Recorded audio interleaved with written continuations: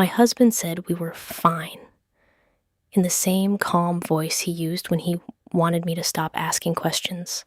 Fine. Like a blanket word, thrown over problems like a sheet over a stain, so no one has to look too closely. He said it at dinner, smiling across the table while the kids' cartoons hummed in the background and the dishwasher ran like a metronome of normal life. "We're fine, Paige," he said, tapping his fork against his plate like the conversation was done. "Relax." And I believed him. Longer than I want to admit, because believing him was easier than admitting what my body had been whispering for months, that something was wrong. Not emotionally wrong, like a cold shoulder or fewer "I love yous." Financially wrong, the kind of wrong that doesn't show up in a fight. It shows up in a missing line on a statement, in a bill you never saw, in a password that suddenly doesn't work. The kind of wrong that ruins you quietly, while your husband keeps saying, "We're fine." It started on a Thursday at 7:18 a.m. I was still in my robe, hair damp from a rushed shower, trying to pack lunches while answering a Slack message from my boss. The morning light in our Kirkland kitchen was pale and gentle, the kind that makes everything look calmer than it feels. My 8-year-old Lily was arguing about socks. My 5-year-old Noah was dragging a stuffed dinosaur by the tail. And my phone buzzed on the counter, one alert, then another, then a third, the stubborn kind that banks use when they want your attention. Mortgage payment returned. Insufficient funds. My stomach dropped so hard I felt it in my knees. Insufficient funds. That didn't make sense. It couldn't. Because the day before, I'd transferred my paycheck into our joint account like I always did. The account Grant insisted we use for simplicity. The account he managed. The account he had set up perfectly. The account he said he had under control. I swiped into the banking app and watched the loading wheel spin like it was taking its time on purpose. When the balance finally showed, my throat closed. $43.12. $43. In the account that usually held $5,000 to $8,000 at minimum, I stared at it, blinking hard, waiting for the number to correct itself. It didn't. My hands didn't shake yet, but my brain felt like it had hit ice. I scrolled down, and there it was. A series of withdrawals that looked organized. Not random shopping, not a night out. Neat chunks, rounded numbers, transactions timed like steps. Zelle out, $2,000. Wire transfer, $9,750. Cashier's check, $12,000. A CH payment, Silverline Services, $4,500. A CH payment, Silverline Services, $4,500. Silverline Services, twice. I had never heard of Silverline Services, and I work in healthcare admin, budgets, vendor management, compliance training. I know what legitimate vendors look like. I know what paper trails look like. This didn't have one. Behind me, Lily asked, "Mom, did you sign my permission slip?" I swallowed hard and smiled too quickly. "In a second, honey." Noah tugged my sleeve. "Dino's hungry." I crouched down, kissed his forehead, and stood back up like my bones were steady.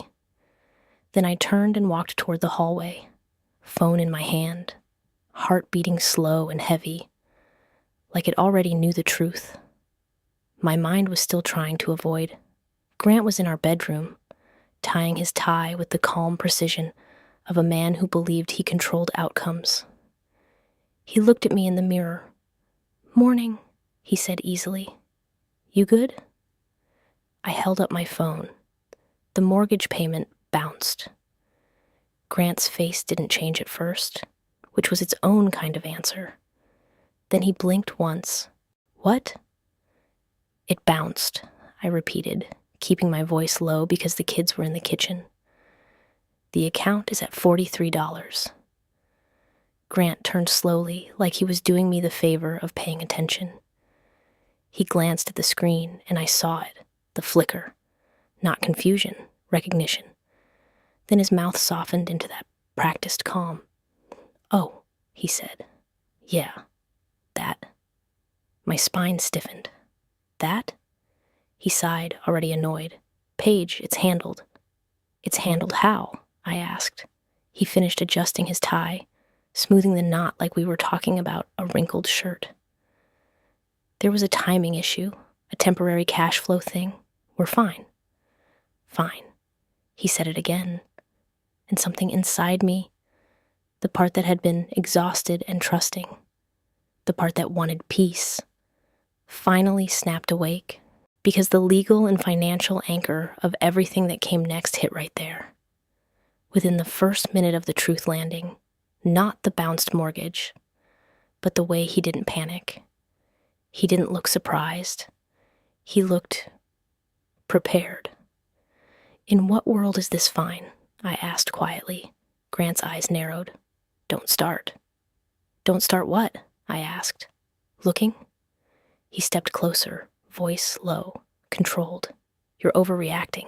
I moved money for a reason. We have investments, accounts. It's temporary." "Where is it?" I asked. He exhaled like I was exhausting. "I told you. It's handled." "Where?" I repeated, slower. "Is the money?" Grant's jaw tightened, and his voice dropped into the tone that used to end arguments early in our marriage. The tone that said, "I'm the adult. You're emotional. Stop embarrassing yourself." "Paige," he said, "you don't understand how these things work." I stared at him. "Then explain it." He didn't. He checked his watch instead. "I have a meeting," he said. "We'll talk later." Later. The place where truths go to die. I followed him down the hallway, keeping my voice steady. "Grant, the mortgage bounced. The account is drained. The kids' tuition autopay hits tomorrow. We are not fine." He reached for the doorknob, then paused, and looked back at me with a soft smile that didn't touch his eyes. "We're fine," he said again. "Stop digging for problems." Then he left.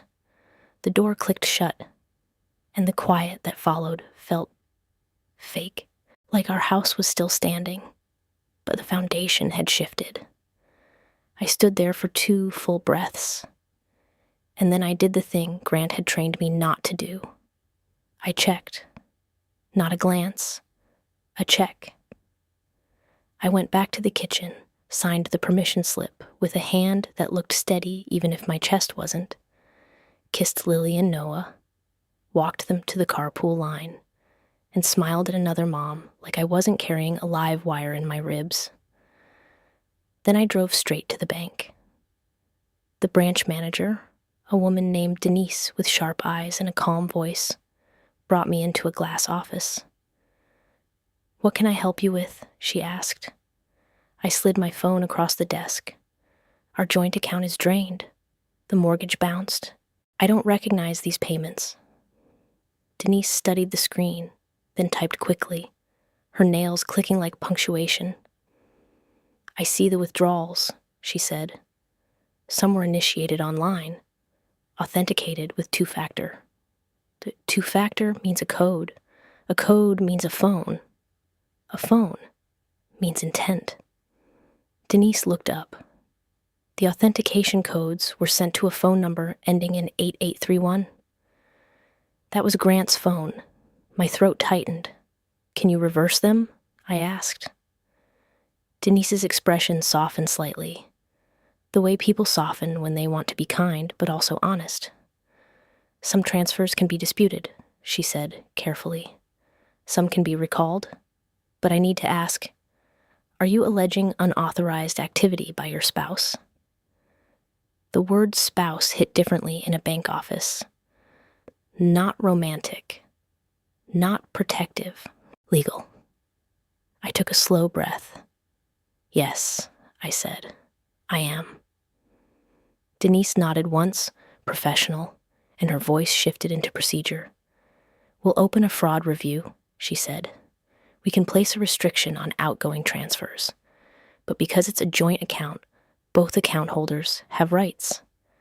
If your spouse initiated these as an authorized signer, the bank's ability to intervene is limited unless we can show identity compromise or coercion. Coercion. My mind jumped to Grant's tone. Stop digging. You don't understand. We're fine. I swallowed. What do I do? I asked. Denise slid a paper across the desk. We document everything, she said, and you should consider legal counsel immediately. Legal counsel. I walked out with a folder of statements and a case number, and a feeling that my marriage had turned into a risk profile. The next escalation came before noon. My phone buzzed with another alert. Daycare autopay failed. Noah's daycare. The place that kept my life functional. The place that let me work. The place that mattered. I called the daycare, voice tight but polite, and promised it would be fixed. Then I called Grant. He didn't answer. I texted, the daycare payment failed. Call me.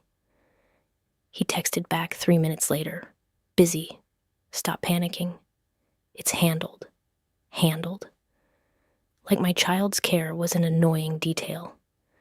That's when I called the one person I'd avoided calling for months, because calling her meant admitting I wasn't okay. My sister, Tessa, in Tacoma. She answered on the second ring. Hey, what's up? I exhaled, and my voice finally cracked. Grant drained the account. Silence on the line, not disbelief, calculation. Then Tessa said, pack a bag. I can't, I whispered. The kids, Paige, she cut in, firm. Pack a bag and print everything. We're not guessing. Not guessing. That phrase steadied me more than comfort ever could. That night, after the kids fell asleep, I sat at my kitchen table with a laptop and the folder Denise had printed. The numbers stared back at me in neat rows. And neat rows are dangerous because they remove emotion. They show patterns. I looked at the transactions again. Silverline Services, 2 payments, then another the month before, then another before that. I pulled 3 months of statements, then 6. The pattern widened. Payments timed after my paycheck deposits, transfers that happened at 2 a.m., 3:17 a.m., 1:46 a.m., times I was asleep, times Grant was working late. And then I saw it, a new account linked to our joint checking, labeled Reserve. It wasn't listed in the accounts I used. It was hidden behind a tab Grant had renamed. My skin went cold. He hadn't just moved money. He'd built a compartment. I clicked into the Reserve account. The balance was near 0, but the history showed constant movement. Money in, money out. Like it was a pass-through. That's not savings. That's routing. I took screenshots of everything. Then I did something that felt like betrayal, and also like survival. I opened Grant's laptop. I knew his password, because he'd always said, we don't keep secrets. It opened easily. His email was still logged in. And there, in the sent folder, was a message that made my heart stop. Subject, wire confirmation, Silverline Services, 2, accounts at Silverline. It included our joint account number and authorization, and a phrase that turned my blood into ice. Proceed with exit timeline. Paige is unaware. Exit timeline. My husband had a plan, and the plan included me being unaware. My hands started shaking then. Not because I was scared of what I saw, but because I realized how long he'd been looking at me like a variable in his strategy. At 11:38 p.m., I forwarded that email to myself and printed it. Paper doesn't disappear when someone changes a password. The next escalation arrived at 7:26 a.m. the following morning. A call from my employer's HR. Not my manager, HR. My stomach tightened before she even spoke, because HR calls before you're ready. Paige, the HR director, said gently, "We received a verification request from a financial institution regarding an account in your name. We're not accusing you of anything, but we need to document and route this through legal." An account in my name. I felt cold spread through my arms. "I don't know what that is," I said, voice controlled. "Do you have any context?" she asked. I chose my words carefully, because compliance isn't just my job, it's my oxygen. "I'm in a marital dispute involving unauthorized financial activity," I said. "I can provide counsel information as soon as I retain one." There was a pause. Then HR said, "Okay, please do. We'll route everything through legal." When I ended the call, I sat in my car in the parking lot and stared at my hands on the steering wheel. Grant had pulled my job into it. Not by accident, by design. That afternoon, I met an attorney. Her name was Marisa Chen. Seattle, early 40s. Dark hair pulled back, calm eyes, voice that didn't rise even when the story did.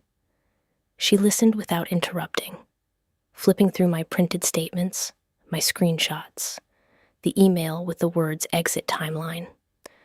When I finished, she leaned back and said one sentence that made the room feel colder and safer at the same time. "This isn't, we're fine," she said quietly. "This is financial abuse and concealment." The word concealment landed hard. Marisa tapped the statement. "He's not just spending, he's routing. And that means he's trying to create distance between the money and himself." "To do what?" I whispered. Marissa's gaze held mine. "To leave," she said, "and to leave you holding obligations. Obligations, mortgage, daycare, tuition, utilities, credit, things that don't care who promised what." Marissa moved fast. Emergency motion for temporary financial restraining orders. Request for exclusive use of the marital residence. Orders to preserve records and prevent asset dissipation. And a letter to the bank's risk department demanding preservation of logs, devices, IP data. "This is where people panic and start texting," Marissa said. "You won't." I swallowed. "He'll say I'm overreacting." Marissa's mouth tightened slightly. "Let him," she said. "Truth doesn't need volume." Grant came home that night like nothing was happening. He kissed the kids. He asked what was for dinner. He laughed at something Noah said. And when I looked at him, I felt something I didn't expect. Not rage, clarity, because the mask wasn't slipping anymore. I could see it now. The way he moved through our home like a man already gone. After the kids were in bed, he poured himself a drink and sat on the couch, scrolling his phone. I sat across from him with my own phone face down and said, "I went to the bank." Grant didn't look up. "Okay." "I opened a fraud case," I said. He finally lifted his eyes and they were calm. Too calm. "Why would you do that?" he asked. "Because the mortgage bounced," I replied. "Because you drained the account. Because you wrote an email about an exit timeline." The word email cracked something in his face, just for a second. Then his expression hardened into anger, because anger is easier than fear. "You went through my email?" he snapped. I kept my voice low. "I went through what you used to steal." Grant's jaw tightened. "We're married," he hissed. "That's our money." "Our money isn't your escape hatch," I said. He leaned forward, eyes sharp. "You don't know what you're doing." "Then explain Silverline," I said. He smiled, thin and cold. You wouldn't understand. That phrase again. And then he said the sentence that confirmed everything. If you keep pushing, he said quietly, you'll ruin your own life too. There it was. Not reassurance, a warning, a threat disguised as advice. Fear needs uncertainty. And in that moment, uncertainty died. I stood up slowly, walked to the hallway, and picked up my keys. Grant's voice rose. Where are you going? I turned back once. To protect my kids, I said. His eyes narrowed. Don't make this dramatic. I didn't answer. I drove to Tessa's house with Lily and Noah in the back seat. Their little voices asking why we were going to Aunt Tessa's on a school night. And I told them we were having a sleepover because sometimes moms need help. Sometimes moms need help. That sentence felt like both truth and grief. The next morning, the court hearing was scheduled for 3 days out. Grant responded with what people like Grant always do when the system gets involved. He tried to control the story. He texted me, "You're kidnapping the kids. Marissa told me to ignore him and document it." Then Grant's mother called me from an unknown number, voice sharp and sweet at the same time. "Paige," she said, "Grant says you're having a breakdown." I felt my spine stiffen. "You should come home," she continued. "You're embarrassing the family." Embarrassing. That word always shows up when a woman refuses to absorb damage quietly. I kept my voice calm. "This call is being recorded," I said. Silence. Then she did what people like her always do. She kept talking anyway. "You think you can take his children," she hissed. "We have friends. We can make this very hard for you." "Thank you," I said softly, "for putting that on record." Then I hung up. Marissa filed for a protective order that afternoon, and she forwarded the recording to the bank's investigator, because intimidation tied to financial routing is a pattern. By the time we reached the hearing, I was running on adrenaline and coffee and the quiet determination that comes when fear has nowhere left to hide. King County Superior Court. Fluorescent lights, hard benches, that smell of paper and cold air. Grant arrived in a navy suit with his attorney beside him. Calm face, practiced smile, like he expected the room to believe him. His attorney painted me as unstable. She overreacted. She's withholding the children.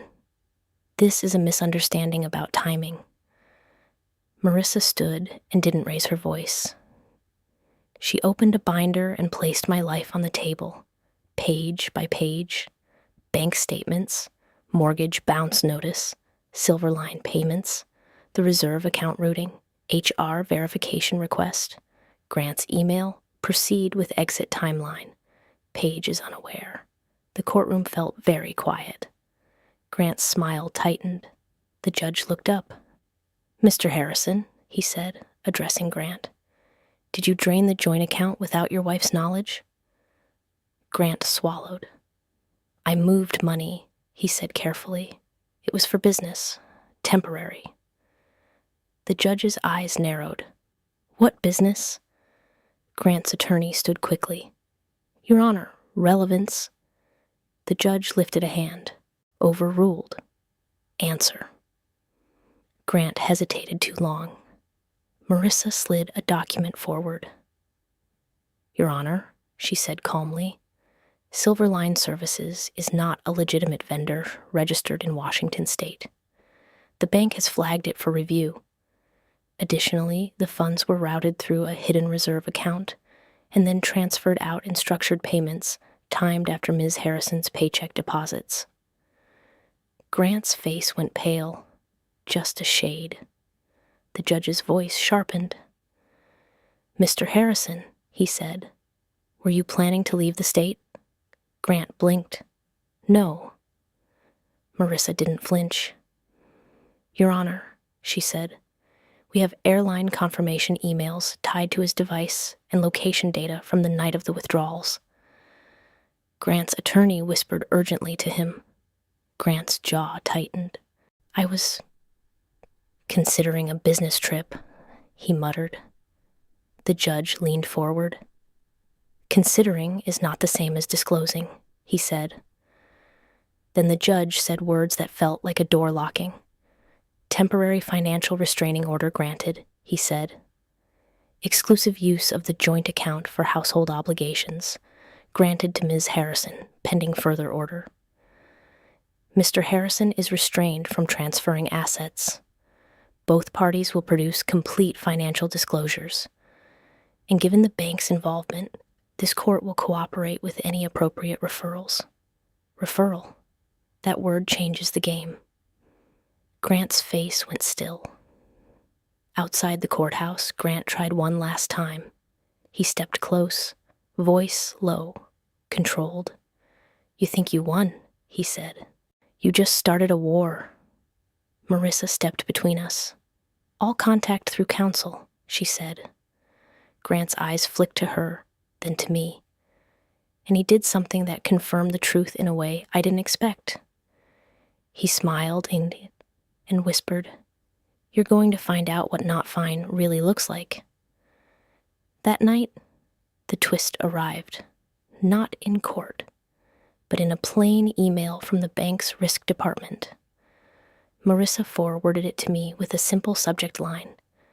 This is it.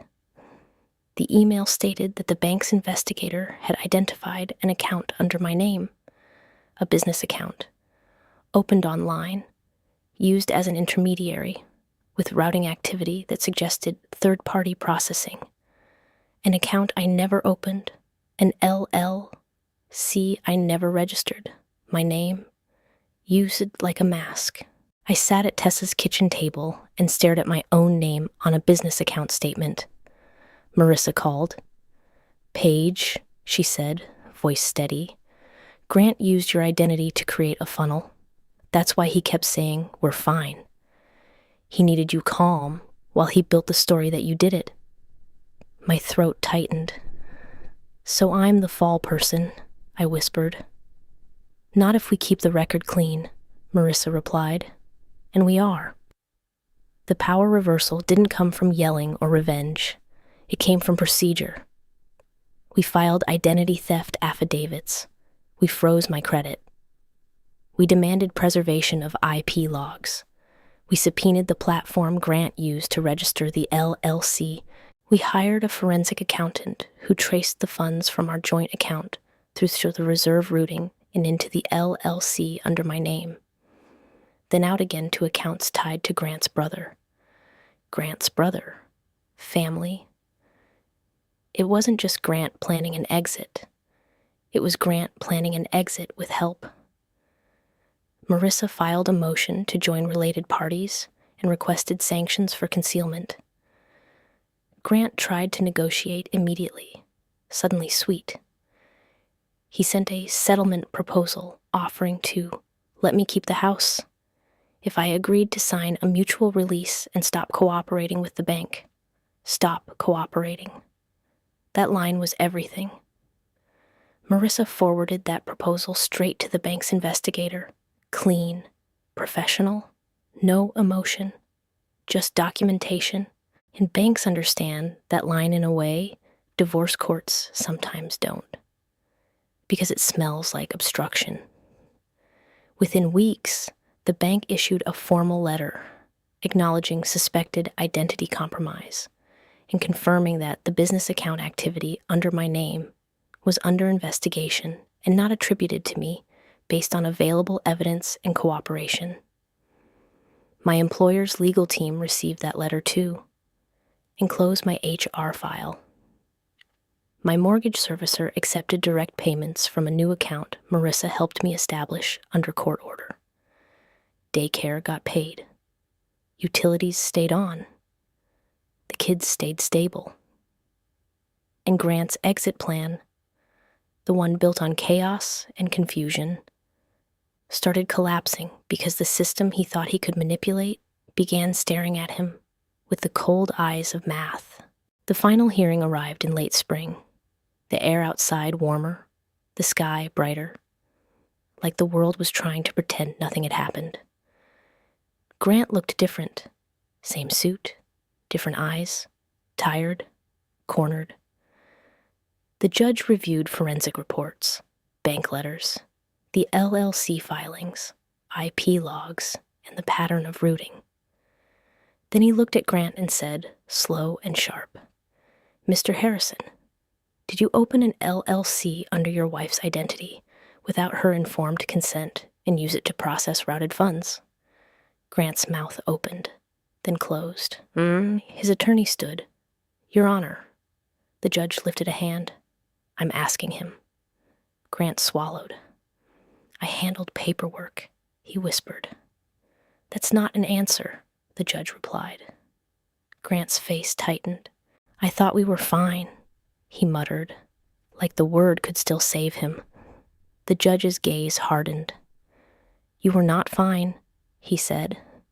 "You were concealing." Then the judge issued orders that felt like gravity. Attorney's fees awarded, exclusive possession and custody schedule stabilized in my favor. Grant ordered to repay dissipated funds. Any accounts opened under my identity, ordered closed under supervision. And again, the word referral, the judge said, to appropriate authorities remains available given the bank's findings. Grant's face went gray, because he finally understood. This wasn't a marriage argument anymore. It was a paper trail. And paper trails don't care how calmly you say, "We're fine." After court, I didn't feel victorious. I felt air, space, like my lungs had been holding their breath for a year. Months later, when the house was quiet and the kids were asleep, I opened my banking app and looked at the account balance.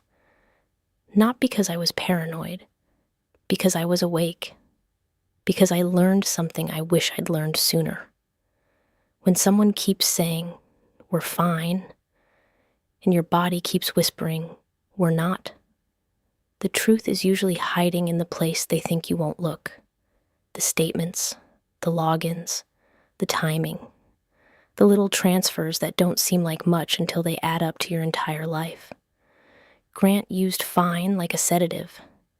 He used my trust like a resource. He used our joint account like an exit plan. And he expected me to stay confused, because confused people don't move. Confused people apologize. Confused people sign. But I wasn't confused anymore. Not after the mortgage bounced. Not after the email said exit timeline. Not after I saw my own name on a business account I never opened. Not after I understood that stability isn't something you get gifted by someone who loves you.